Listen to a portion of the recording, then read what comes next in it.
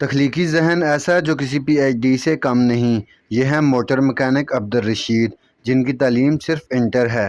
سر ہم نے یہ اس بائک کے بارے میں سنا ہے، آج آئے ہیں یہاں پر، ہم آگے اس کو چیک کیا ہے تو کافی آرام دہ چیز بنی ہے یہ اور سہولت ہے، تو ہم نے 2 بائک کا آرڈر کیا ہے، یہاں پہ ان کو کہا ہے کہ ایک الیکٹرک اور ایک ہائیبرڈ بائک۔ عبدالرشید نے کیا انتہائی کم لاگت میں الیکٹرک بائک اور رکشہ تیار، جو بنا کسی آواز کے شہر بھر میں گھومتا نظر آتا ہے۔ موٹر سائیکل لے کے اس کو ہائیبرڈ کروایا اور میری زندگی اس نے بہت آسان کر دیا ہے، فیول کا بھی کوئی مسئلہ نہیں ہے، اس کا بھی خرچ بچتا ہے اور مینٹیننس کا بھی۔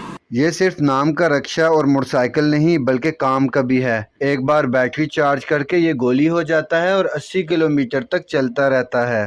سب سے پہلے میں نے الیکٹرک سائیکل تیار کی جو ہائیبرڈ ہے، الیکٹرک کے ساتھ ساتھ موٹر سائیکل ہے، یہ بھی الیکٹرک اور ہائیبرڈ دونوں ہیں۔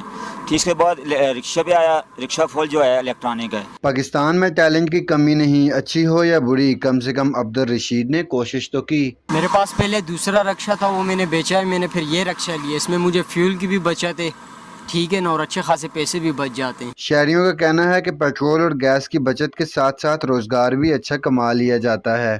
اگر حکومت ان تخلیقی اور ہنرمند پاکستانیوں کی حوصلہ افزائی کرے تو وہ دن دور نہیں جب پاکستانی ماحول دوست گاڑیاں تیار کریں گے۔ کیمرہ مین ملک عبدالوحید کے ساتھ عدیل اوان، نیوز 1 ہری پور۔